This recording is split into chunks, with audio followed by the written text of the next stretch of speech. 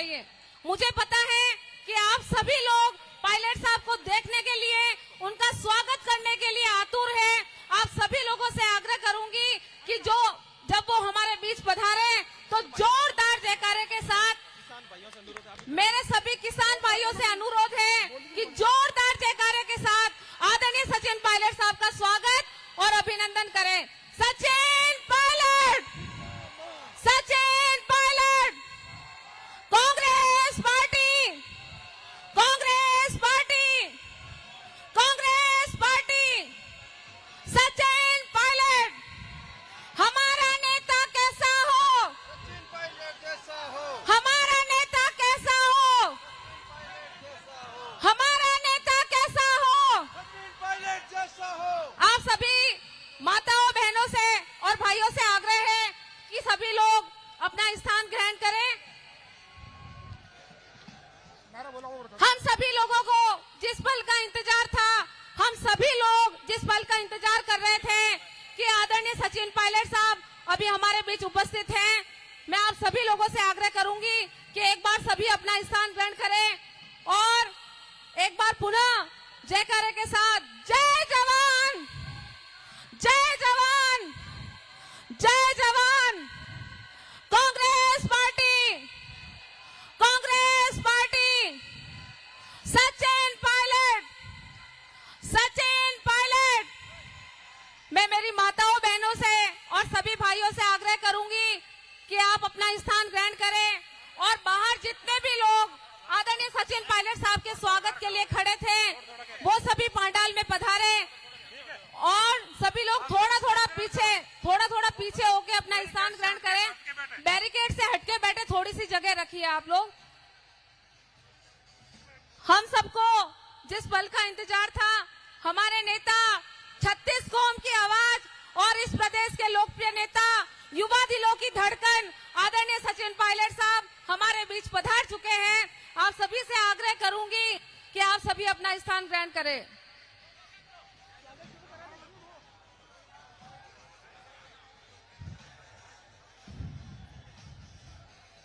हमारे बीच पाली विधानसभा के रोहित ब्लॉक से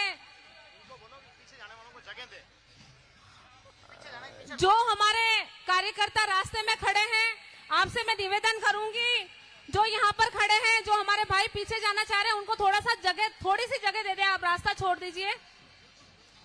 रोहित ब्लॉक से हमारे बीच में जो गैर आई है, मैं धन्यवाद देना चाहूंगी अपने ब्लॉक अध्यक्ष जी का कि हमारे गैरिये अपनी प्रस्तुति दे रहे हैं। आप सभी लोग अपना जोश बनाए रखिए। आप सब लोगों को जिस पल का इंतजार था, हमारे नेता आदरणीय सचिन पायलट साहब हमारे बीच पधार चुके हैं। Congress party, Congress party, Sachin Pilot, Sachin Pilot. कार्यक्रम को मैं चाहती हूं कि कार्यक्रम का व्यवस्थित शुभारंभ हो। मंच पर जितने भी लोग आगे खड़े हैं जो मिलना चाह रहे हैं, आप सभी का स्वागत में सभी का नंबर आएगा। आप सभी लोगों से निवेदन है कि एक बार आप सभी लोग पीछे पधारिए। मैं यहाँ पर जो मंच के पास में हमारे कार्यकर्ता खड़े हैं उनसे आग्रह करूंगी कि आप सभी लोग थोड़ा सा रास्ता दीजिए। पीछे से जो लोग आना चाह रहे हैं उनको थोड़ा सा रास्ता दीजिए, आप जगह दीजिए ताकि वो भी कार्यक्रम में आ सके।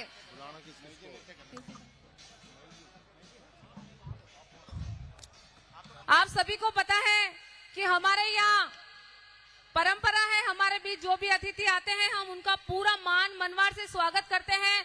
इस गोडवाड़ की पावन धरती पर, पाली की पावन धरती पर मैं आदरणीय सचिन पायलट साहब का बहुत बहुत स्वागत और हार्दिक अभिनंदन करती हूँ। पूरे पाली जिले की तरफ से, इस गोडवाड़ की तरफ से आपका बहुत बहुत स्वागत और हार्दिक अभिनंदन। कार्यक्रम की शुरुआत में स्वागत की कड़ी में मैं आपका आग्रह करूंगी आदरणीय विधायक जी आपको से वो आए और हमारे लोकप्रिय नेता आदरणीय से आग्रह करूंगी वो आए और हमारे नेता का स्वागत करें।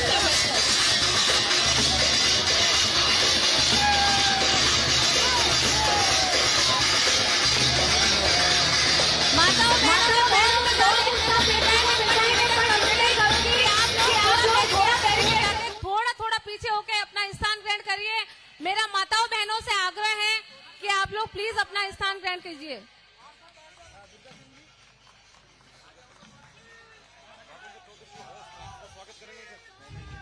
आदरणीय सचिन पायलट साहब का स्वागत साफा पहनाकर और गुलदस्ता भेंटकर कार्यक्रम की अगली कड़ी में मैं आग्रह करूंगी भाई सोमेंद्र जी गुजर से कि वो आए और आदरणीय सचिन पायलट साहब का स्वागत करें। कर दिया?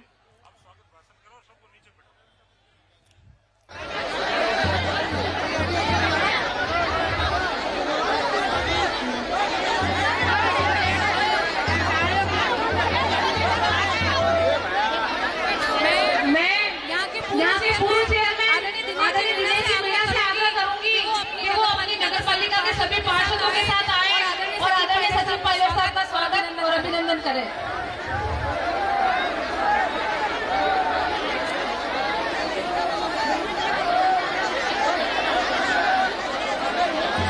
मंच पर जितने भी लोग सामने खड़े हैं जो स्वागत करने आए हैं उनके अलावा जो खड़े लोग खड़े हैं उनसे आगे करूंगी वो प्लीज अपना स्थान ग्रहण करिए। अपना कार्यक्रम है तो मंच की शोभा को भी बढ़ाए रखें।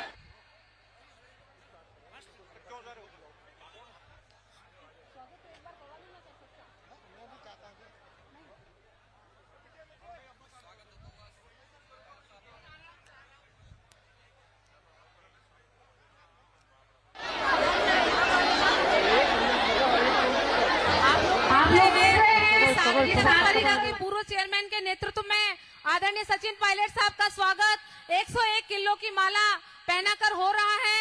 मैं चाहूंगी कि जोरदार तालियों के साथ आप स्वागत कीजिए सचिन पायलट।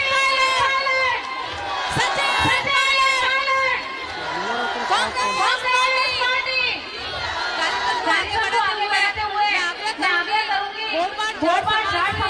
गजाराम जी बहादुर के नेतृत्व में वो आए और पायलट साहब का स्वागत करें।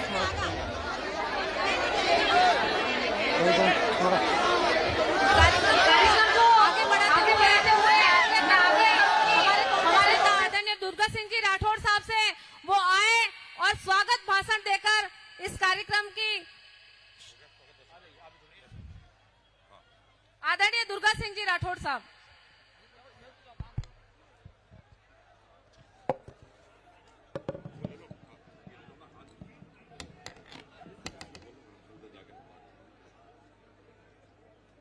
परम आदरणीय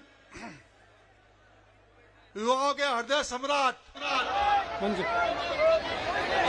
श्रीमान सचिन पायलट साहब,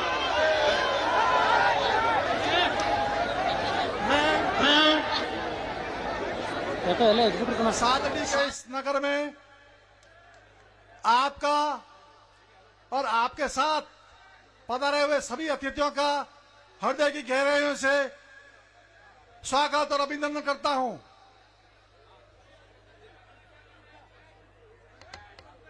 आज मुझे इतनी खुशी है, मेरे साथियों, मेरे कार्यकर्ताओं, मेरे दोस्तों और बाली के सब सम्मानित नागरिक पायलट साहब को देखने के लिए, आपको सुनने के लिए बड़े आतुर थे। बड़ी तादाद में आप सब लोग यहां पधारे, उसके लिए मैं आपका हार्दिक अभिनंदन करता हूं। सभा में मौजूद आदरणीय राजेंद्र जी चौधरी साहब, भीमराज जी भाटी, हमारे पाली जिला के निवर्तमान अध्यक्ष भाई चुन्नीलाल जी, समरजीत सिंह जी पूर्व विधायक, सिरोही से पधारे जीवराज जी, आनंदीलाल जी, श्री बालेन्द्र जी, श्री जी और इस सभा को श्री महेश शर्मा जी, राजेश जी चौधरी साहब, श्याम जी खिचड़ साहब, लाला राम जी गिरासिया साहब, श्री कान सिंह जी ऊंचाला साहब,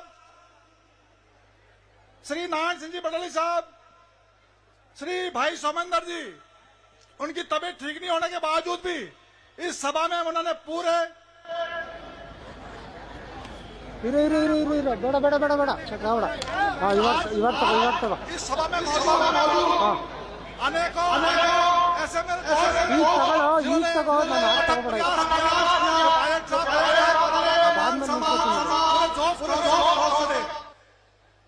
आज देश के हालात जो हो रहे हैं, श्री राहुल गांधी जी भारत जोड़ो यात्रा पर निकले हुए हैं। आदरणीय पायलट साहब उनके साथ सब जगह इस सद्भावना यात्रा के सहभागी रहे हैं।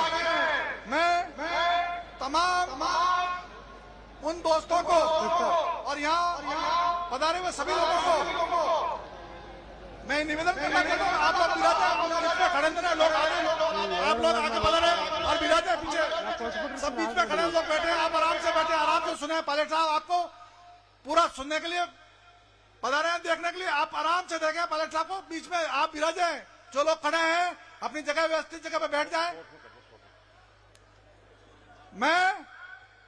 मैं ज्यादा लंबा बात नहीं करूंगा।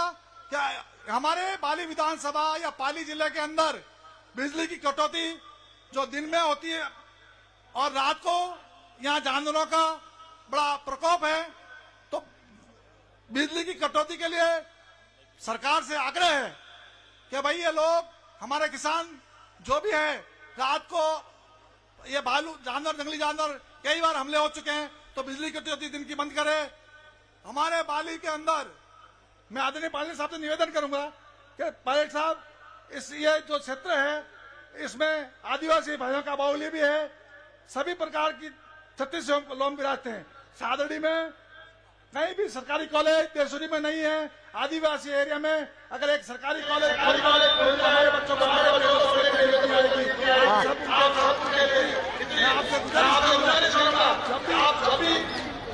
इस राजस्थान इसकी वजह से कांग्रेस की बनी थी, वो आज भी अगर होगा तो राजस्थान में सरकार बन पाएगी। आपके साथ खड़ी है, आपके सहयोग के लिए आपको पूरा आशीर्वाद मैंने बस आशीर्वाद है कि आप राजस्थान की सरकार आपके नेतृत्व में बने, हमारे सभी गरीब भाइयों का उद्धार हो, किसानों का उद्धार हो। आप पधारे, मैं गहराइयों से आपका स्वागत और अभिनंदन करता हूँ। आपने जो समय दिया पाली के लिए, सन 90 से बीजेपी जीत रही है, यहाँ लगातार बीजेपी का प्रत्याशी जीतता है, वो कोई कार्यकर्ता का ध्यान नहीं देता। और आप पिछली बार भी जब हमारी सरकार आने की व्यवस्था हुई थी तो हमारे यहाँ एनसीपी को गठबंधन को सीट दे दी, इसकी वजह से संगठन बड़ा कमजोर हुआ। आप ऐसा नेतृत्व दें कि हमारा संगठन और हमारे कार्यकर्ता अपनी बात आप तक पहुंचा सके। मैं आपसे फिर धन्यवाद अर्पित करता हूं आपको कि आपने जो समय मुझे दिया, मैं हृदय की गहराई से हमारे सब साथियों की तरफ से, बाली की जनता की तरफ से बहुत बहुत आपको धन्यवाद अर्पित करता हूं। धन्यवाद।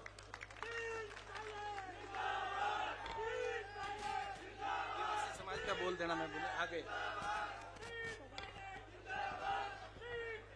मैं आग्रह करूंगी देवासी समाज को कि वो आए और आदरणीय सचिन पायलट साहब का स्वागत करें। हेलो,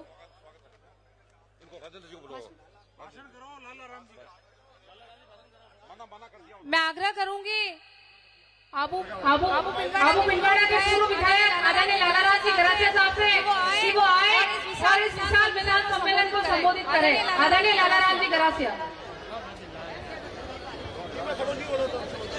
परम आदरणीय, आपने बीच में गरीबों का किसानों का हितैषी माननीय पल्लोट साहब और महत्वपूर्ण ब्रजमोहन नेतागण और भाई और बहनों, आपको पता है कि आपने लिए गरीबों के लिए आज सचिन पायलट साहब आपके लिए दिल खोल के आपने आगे आने के लिए आपने बीच में आता है। सभी भाइयों से मेरे बहनों से निवेदन है कि अब गरीब जनता है, ये देखो ये जो दिल्ली वाली सरकार है, वे आप गरीबों भी गरीब बनाना चाहती है। जब अपने बीच में आवाज उठाने के लिए पल्लोट साहब आपके लिए बीच में आ जाए। धन्यवाद। जय हिंद, जय भारत।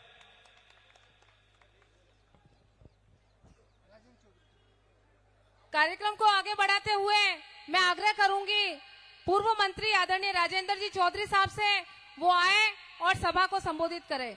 आदरणीय राजेंद्र जी चौधरी साहब। बोलो भारत माता की, परशुराम महादेव की। राम राम साहब।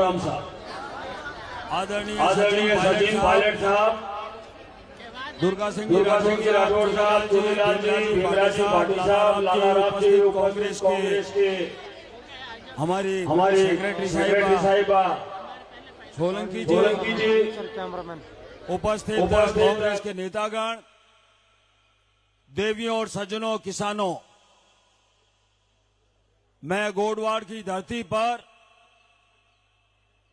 हमारे सर्वप्रिय नेता सचिन पायलट साहब का हार्दिक स्वागत करता हूं। पायलट साहब, गोडवाड़ मारवाड़ी धरती, ए धरती ने छोड़ नहीं गया, काल पड़िया। धरती प्यार करे, एड़ा करसा हो, धरती प्यार करो, धरती ने छोड़ जाओला, आए बात माने अड़ जाने। पूरा विश्वास है राजस्थान की जनता ने आज जिका भी आपरा प्रोग्राम बढ़िया है तो कांग्रेस जी की राहुल गांधी जी आ बात कही कि भीड़ रे मायने आखिरी व्यक्ति जो कांग्रेस को कार्यकर्ता खड़ो है, मैं विने हाथे खड़ो हूं। पायलट साहब, आप विनी नीति माते चाल रहे हो, मैं आपरो स्वागत करूं, अभिनंदन करूं, धन्यवाद, जय हिंद। आप सभी लोगों को जिस बात का इंतजार था, हमारे पायलट साहब सुनने के लिए आतुर है। मैं चार बातों के माध्यम से आवाज देना चाहूंगी। आदरणीय प्रदेश के पायलट साहब जो हमारे लोकप्रिय नेता है कि मुश्किल कितनी भी हो हाथ बढ़ाए रखना, मुश्किल कितनी भी हो हाथ बढ़ाए रखना, दलदल कितना भी हो पांव जमाए रखना। कौन कहता है कि छलनी में पानी नहीं रुकता? कौन कहता है कि छलनी में पानी नहीं रुकता? तुम तो बस बर्फ के जमने तक हाथ लगाए रखना। इन्हीं शब्दों के साथ अभी गोडवाड़ जाट समाज द्वारा आदरणीय सचिन पायलट साहब का स्वागत हो रहा है। मैं देख रही हूँ आप सभी लोग स्वागत को आतुर है। हमारे सभी देवासी भाई बंधु जाट समाज के लोग जिनके द्वारा आदरणीय सचिन पायलट साहब का स्वागत हो रहा है, हमारे स्थानीय जो यहाँ के कार्यकर्ता हैं उनके द्वारा भी स्वागत हो रहा है। मैं चाहूंगी जोरदार जयकारे के साथ जय जवान, जय जवान, जय जवान, सचिन पायलट, सचिन पायलट।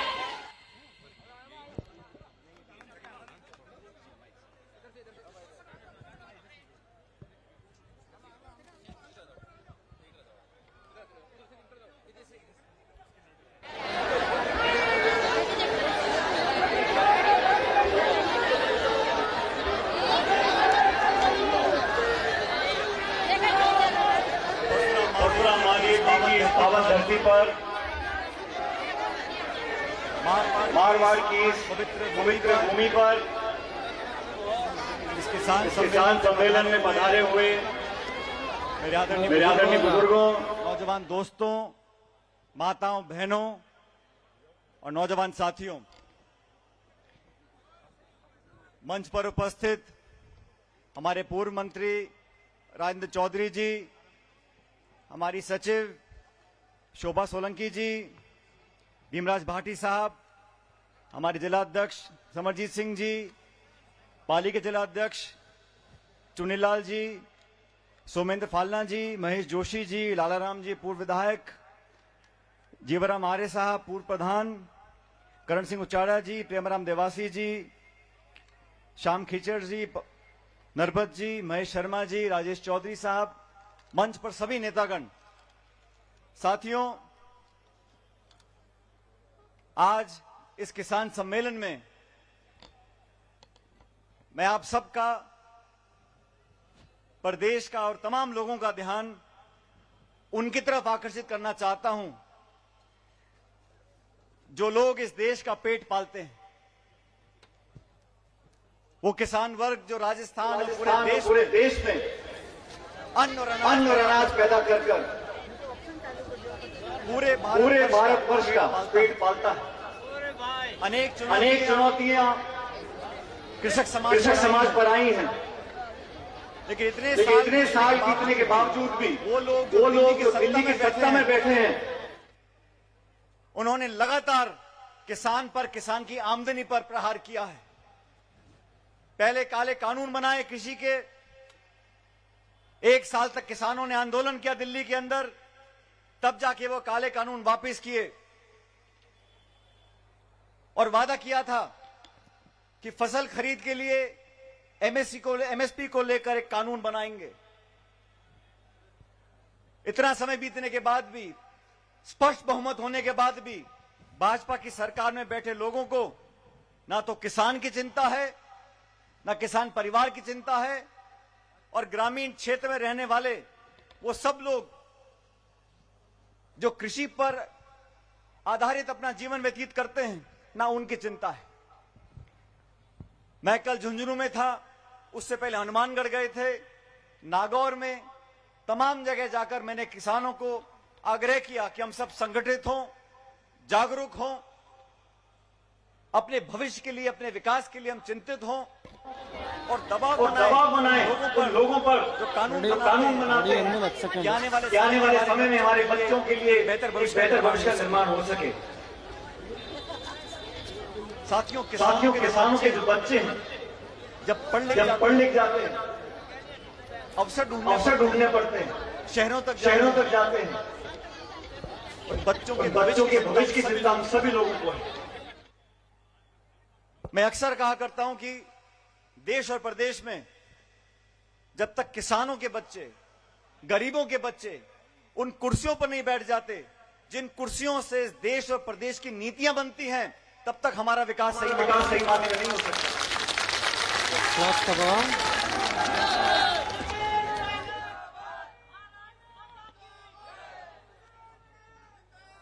साथियों,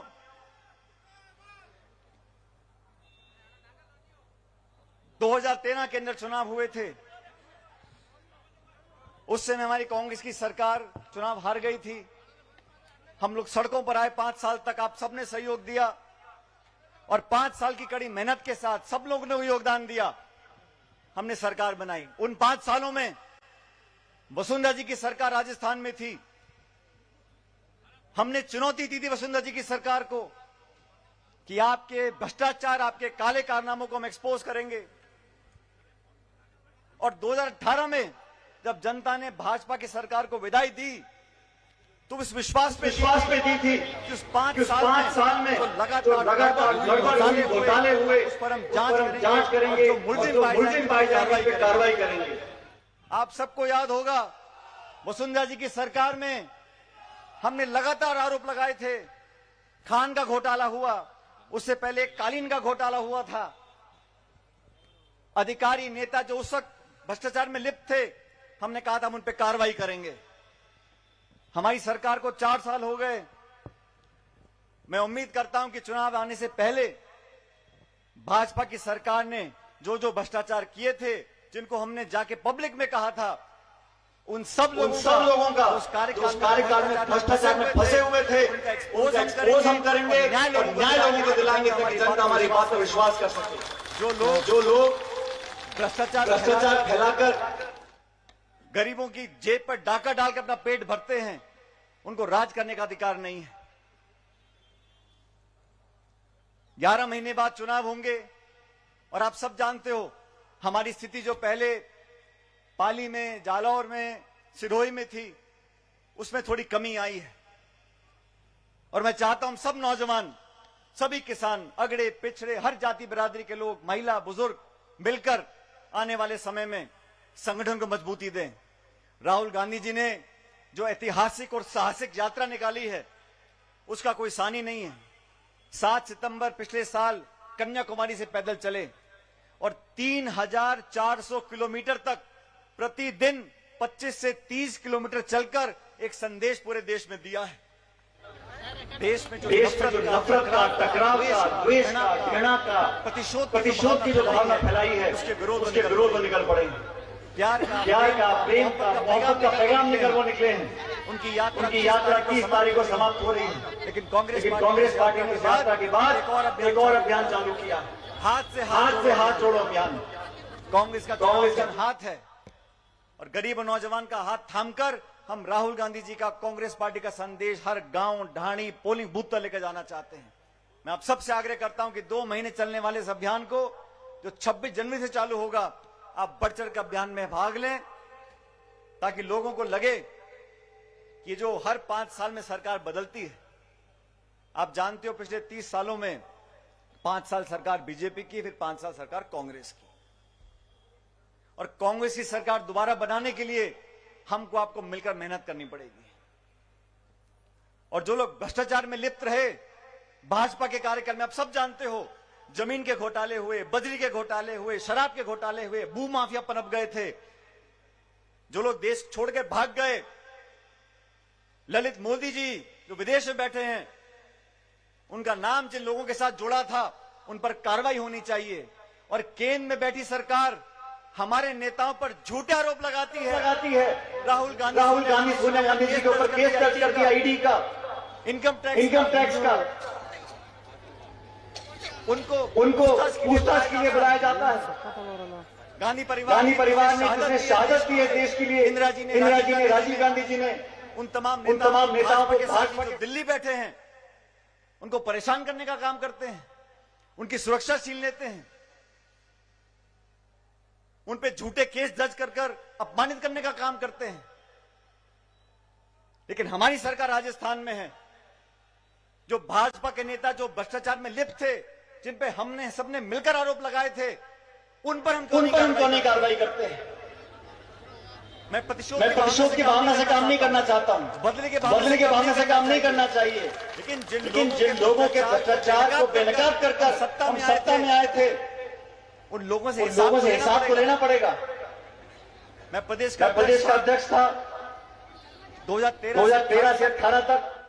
लगातार वसुंधरा जी की सरकार को हमने चुनौती दी, हर घोटाले में आरोप लगते थे उनके ऊपर, और हमने वादा किया था कि सरकार बनाने के बाद हम निष्पक्ष जांच कराएंगे, और जांच होने के बाद दोषी को सजा जरूर मिलेगी, ताकि लोगों का, जनता का, व्यवस्था में एक बाल कायम रहे। अभी भी हमारे पास समय है, 11-12 महीने बचे हैं। मुझे पूरा विश्वास है, जिन लोगों ने गरीबों के साथ धोखा किया, बड़े बड़े घोटाले किए, जिन घोटालों को हमने जाके एक्सपोज किया है, उस पर सख्त कार्रवाई होनी चाहिए। नहीं तो अगली बार चुनाव में जाकर हम जब आरोप लगाएंगे, तो जनता को विश्वास करने के लिए कुछ तो हमें देना पड़ेगा। दोस्तों, किसानों के लिए बिजली हो, पानी हो, बीज हो, खाद हो, फसल की खरीद हो, ट्रैक्टर हो, बोरिंग हो, ये व्यवस्था हम लोग करते हैं, तो किसी पे एहसान नहीं कर रहे। हम जब बड़े बड़े उद्योगपतियों को, इस देश के जो बड़े बड़े हवाई अड्डे हैं, रेलवे लाइन है, बीमा कंपनी है, बिजली कंपनी है, खान है, उनको घाटा दिखाकर औने पौने दाम अगर दे सकते हैं, तो इस देश की 2/3 जनता जो कृषि पर निर्भर करती है, उन लोगों को समर्थन मूल्य नहीं दे सकते, समर्थन मूल्य पर खरीद नहीं कर सकते। केंद्र सरकार को मैं सचेत करना चाहता हूं, आप 8.5 साल से सत्ता में बैठे हैं, आपको ना किसान की परवाह, ना गरीब की परवाह है। गैस का सिलेंडर 1150 रुपए का बिक रहा है, पेट्रोल डीजल 100 रुपए लीटर बिक रहा है, राजस्थान को खाद नहीं मिलता, यूरिया नहीं मिलता, डीएपी नहीं मिलता। आप पक्षपात की राजनीति करते हो। मैं संदेश देना चाहता हूं पाली से, मारवाड़ से, कि आप बहुत जल्द किसान की फसल खरीद पे कानून बनाओ, ताकि किसान समृद्ध हो सके, ताकतवर बन सके। हम सब जानते हैं जब किसान को 50,000 लाख रुपए की जरूरत पड़ती है, कितनी मुश्किल से उसको पैसे की व्यवस्था कर पाता है। वो बैंक के 100 चक्कर काटता है, उसकी जूतियां घिस जाती हैं। बैंक मैनेजर पहले प्रमाण पत्र मांगता है, फिर एनओसी मांगता है, फिर स्टैंप मांगता है, फिर क्या गिरवी रखोगे मांगता है। इतना करने के बाद भी उसको बीच में किसी दलाल को 2-5 हजार रुपए रिश्वत खिलानी पड़ती है, तब जाके उसका लोन मिलता है उसको। और जो बड़े बड़े सेठ हैं हिंदुस्तान के जो खरबों रुपए लगा गए, वो एक फोन करते हैं और बैंक का मैनेजर उल्टे पांव दौड़ता हुआ चला जाता है चेक लेकर के, लो सेठ जी आपका चेक, लोन अप्रूव हो गया। ये व्यवस्था जो बन गई है, गरीब अमीर में इतनी बड़ी खाई बन गई है, चंद लोगों के पास पूरे देश की संपत्ति पहुंच गई है। जो गरीब था वो इतना गरीब हो गया उसको 2 जून की रोटी नहीं मिल रही, और जो अमीर था वो इतना अमीर हो गया कि उसके पास अपनी दौलत गिनने का समय नहीं है। इस देश में जो गांव में और शहर में अमीर और गरीब में जो फासला बढ़ता चला जा रहा है, वो बहुत बड़ी चिंता का विषय है। जब तक हम किसान को मजबूत नहीं करेंगे, किसान परिवार को ताकत नहीं देंगे, उनको संसाधन नहीं देंगे, उनके लिए अच्छे कानून नहीं बनाएंगे। मुझे फक्र है साथियों, मनमोहन सिंह देश के प्रधानमंत्री थे, मैं सरकार में मंत्री था, किसानों ने मांग नहीं करी, लेकिन सोनिया गांधी जी ने, मनमोहन सिंह जी ने, हमने बैठ के दिल्ली से किसानों का 72,000 करोड़ रुपए का ऋण माफ किया था, जो छोटे किसान थे। और आज की सरकार किसान के खाते में डालती है 2,000 रुपये, और दिन भर नाचते फिरते हैं कि हमने किसान का बहुत कल्याण कर दिया। अरे आप लाखों करोड़ रुपए उद्योगपतियों के माफ कर सकते हो, तो किसान के क्यों नहीं कर सकते? हमारी केंद्र की सरकार थी कांग्रेस की, 14 करोड़ लोगों को हमने गरीबी रेखा से ऊपर उठाया, नरेगा कानून बनाया, सूचना का कानून बनाया, शिक्षा का कानून बनाया, सूचना का अधिकार का कानून बनाया, खाद्य सुरक्षा का कानून बनाया, अधिकार बनाया। जो व्यक्ति गांव गरीब के दिल और को समझ सकता है, दुख को समझ सकता है, वही अपनी कुर्सी का सदुपयोग करता है। जो जज्बात से, धर्म से, जाति से, भाषा से, मंदिर मस्जिद से, हिंदू मुसलमान के नाम पर वोट लेकर आते हैं, वो चुनाव के समय उन्हीं जज्बातों को भड़काते हैं। आपने क्या योगदान दिया भाजपा के साथ? पूछना चाहता हूं, देश की आजादी में क्या दिया आपने? और सरकार बनने के बाद क्या योगदान दिया आपने? नोटबंदी कर दी, जीएसटी थोप दिया, उद्योगपतियों के ऋण माफ कर दिए, किसान को सड़क पर ले आए, छात्रवृत्ति कम कर दी। जो हमने प्रोग्राम बनाया था नरेगा का, कोरोना काल में लॉकडाउन लगा था, वो विभाग मेरे पास था साथियों। राजस्थान के अंदर लाखों लाख लोगों को हमने नरेगा में रोजगार दिया, क्योंकि सब फैक्ट्री बंद हो गई थी, पूरे मजदूर देश भर के वापस राजस्थान आ गए थे। उनका पेट पालने के लिए, उनके घर में चूल्हा जल सके, हमने सारे दरवाजे खोल दिए थे कि गरीबों के लिए सब माफ है, आओ काम करो और अपनी दिहाड़ी लेकर जाओ। ये सोच कांग्रेस की थी कि नरेगा हम लोगों ने बनाया। गांव के बच्चे मिड डे मील के प्रोग्राम से अपना पढ़ाई भी कर सकते हैं, खाना भी खा सकते हैं। सोच होती है। इस सरकार की क्या सोच है? बड़े बड़े भाषण दो, बड़े बड़े इश्तिहार छपवा दो, रोज टेलीविजन पे अपनी शक्ल दिखाते रहो, और मंदिर और मस्जिद और राम और भगवान और हिंदुस्तान, पाकिस्तान, हिंदू और मुसलमान ले दे के 3-4 बातें हैं। तो मैं आपको सचेत करना चाहता हूं, फिर चुनाव आ रहे हैं 10-11 महीने में। राजस्थान में जो परिपाटी बनी है उसको समाप्त करो। कांग्रेस की सरकार दोबारा बन सकती है, हमें विश्वास अपने अंदर पैदा करना पड़ेगा। राहुल गांधी जी ने जो संदेश दिया साथियों, अभी हिमाचल में चुनाव हुए थे तो बीजेपी के साथी बोलते थे हमारी तो डबल इंजन की सरकार है, double engine double engine double engine हर करते थे। वहां पर प्रियंका जी गई कैंपेन करने के लिए हिमाचल प्रदेश में, मुझे भी वहां का जिम्मेदारी दे रखी थी। हम लोगों ने ऐसा कैंपेनिंग किया, ऐसा कैंपेनिंग किया, हम लोगों ने ऐसा कैंपेनिंग किया, धुआं निकल, ऐसा कैंपेनिंग किया कि बीजेपी की सरकार का धुआं निकल गया इंजन का। और मैंने कहा उस दिन, कांग्रेस की और मैंने कहा उस दिन बीजेपी का एक इंजन फेल हो गया हिमाचल में, दूसरा इंजन फेल करेंगे 24 में नई दिल्ली में, और ये हो सकता है हम कर दिखाएंगे। लेकिन संगठित होने की जरूरत है, 36 कौम को साथ मिलकर चलने की जरूरत है। जो मार्गदर्शन सोनिया जी ने दिया है, राहुल जी ने दिया, उस रास्ते पर हमें चलना पड़ेगा। लेकिन जो लोग भ्रष्टाचार में लिप्त थे, जिनको बेनकाब कर हम लोगों ने सरकार बनाई राजस्थान के अंदर, उन लोगों को बख्शेंगे तो जनता हमारी बात पर विश्वास, उन लोगों को बख्शेंगे तो जनता हमारी बात पर विश्वास नहीं करता।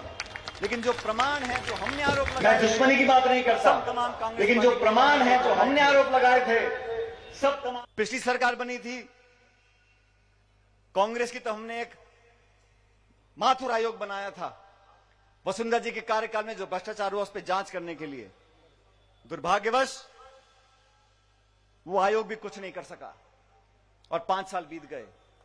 अभी भी 4 साल निकल गए। जिन लोगों ने धोखा दिया, जिन लोगों ने बड़े बड़े कांडों को अंजाम दिया, जो भ्रष्टाचार में लिप्त थे, जिन पे पूरी कांग्रेस पार्टी ने सामूहिक रूप से आरोप लगाए थे, समय आ गया कि दूध का दूध और पानी का पानी हो जाए। कि मेरे नौजवान साथियों, जैसा मन से बोल रहे थे, इस विधानसभा क्षेत्र से 30 साल कांग्रेस पार्टी जीती नहीं है। लेकिन ये मौका आने वाला है। अगर नौजवान ठान लें, मैं हनुमानगढ़ में भाषण दे रहा था तो मैंने कहा जो देश में बांटने वाली ताकतें हैं वो क्या बातें करती हैं? वो जाति की, धर्म की, भाषा की, प्रांत की वो बातें करते ताकि लोगों को बांट सके। लेकिन अगर इन बाधाओं को लांघना है तो जो नौजवान है वो जाति पाति पर फर्क नहीं पड़ता, वो आगे की सोच सकता है। और जो किसान है, जो हल चलाता है, ट्रैक्टर चलाता है, अनाज पैदा करता है, उसकी कोई जाति नहीं है। वो अगड़ा है, पिछड़ा है, किस बिरादरी का है, किस जाति का है, कोई फर्क नहीं पड़ता, हमारा अन्नदाता है। तो जवानी और किसानी और यहां महिलाएं बैठी, हमारी जनानी, ये वो लोग हैं, वो संस्थाएं हैं जो जनानी के सब, ये वो लोग हैं, वो संस्थाएं हैं जो मैं आह्वान करना चाहता हूं साथियों, किसानों की आवाज बुलंद करने के लिए, नौजवानों को अधिकार दिलाने के लिए राजस्थान की ये मिट्टी मेरे माथे का चंदन है और आपके स्वाभिमान और सम्मान से कभी समझौता नहीं हम होने देंगे। मैं आपको वादा करता हूं, स्वाभिमान और सम्मान से कभी समझौता नहीं हम होने देंगे। मैं आपको वादा करता हूं, आप लोगों के स्वाभिमान के लिए, आप लोगों के अधिकारों के लिए, राजस्थान के अस्मिता के लिए, आप लोगों के स्वाभिमान के भविष्य के लिए जो भी करना पड़ेगा हम पीछे नहीं हटेंगे। कंधे से कंधा मिलाकर आपके साथ आगे बढ़ते रहेंगे। आप लोगों ने हमेशा प्यार दिया और पाली और बाली के लोगों ने, मारवाड़ के लोगों ने, दिलेर लोग हैं, छाती ठोक कर बात करते हैं। मुझे फक्र है आप सब लोगों के ऊपर, मुझे नाज है मेरे नौजवानों के ऊपर कि आपका आशीर्वाद इन बाहों को ताकत देता है। हम भी आपके साथ लेकर संघर्ष करेंगे, आगे बढ़ते रहेंगे, लेकिन अपना शीश कभी नहीं झुकाएंगे। आपके सम्मान के लिए हमेशा संघर्ष करते रहेंगे।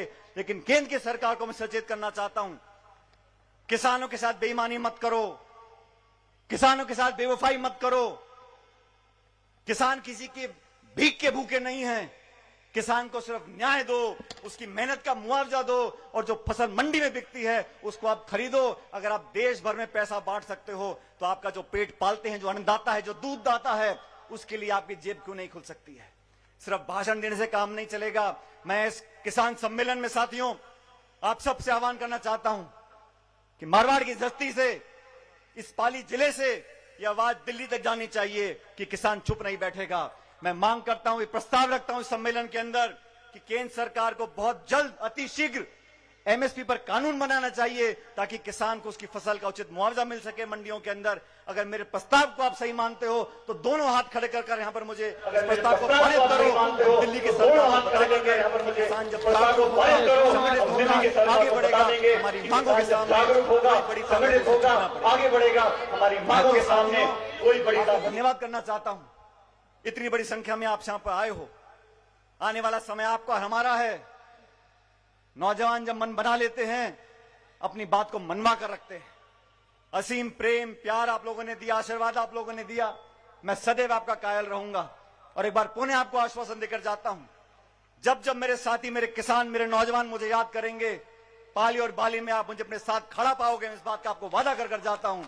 मैं परमपिता परमेश्वर से कामना करता हूं, मैं भगवान से कामना करता हूं, आप सब लोगों का जीवन, भगवान से कामना करता हूं, खुशियों से भगवान आप सब लोगों का जीवन, परमेश्वर आपके बच्चों को लंबी उम्र दे, आप हमेशा मुस्कुराते रहो, आप आगे बढ़ो, हम आपके साथ कंधे से कंधा मिलाकर चलेंगे। मैं अंत में आप लोगों से आवेदन करूंगा, जोरदार नारा दो ताकि इस देश की मिट्टी है यहां से आवाज जाए एकजुटता की, और देश के अंदर हमारी जो आस्था है, भारत माता की आस्था है, पीछे वाले भारत माता की, भारत माता की, आप आसमान में आवाज गूंजनी चाहिए, भारत माता की, आसमान में आवाज गूंजनी चाहिए। बहुत बहुत धन्यवाद। भारत माता की।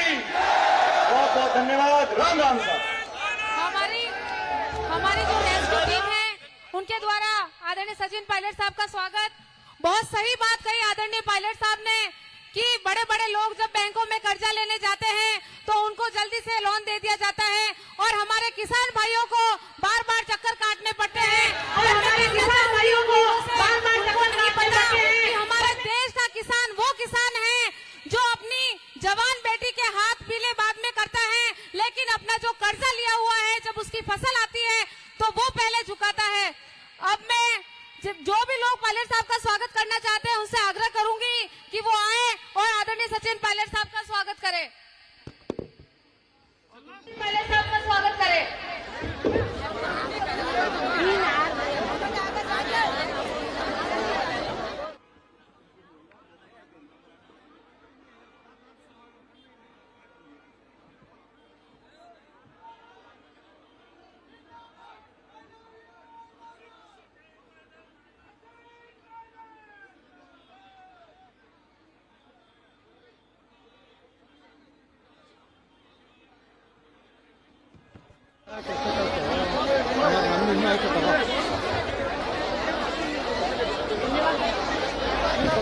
धन्यवाद भाषण के लिए मैं आग्रह करूंगी आदरणीय चुनीलाल जी चावला साहब से। धन्यवाद भाषण के लिए मैं आग्रह करूंगी धन्यवाद और आभार प्रकट करें।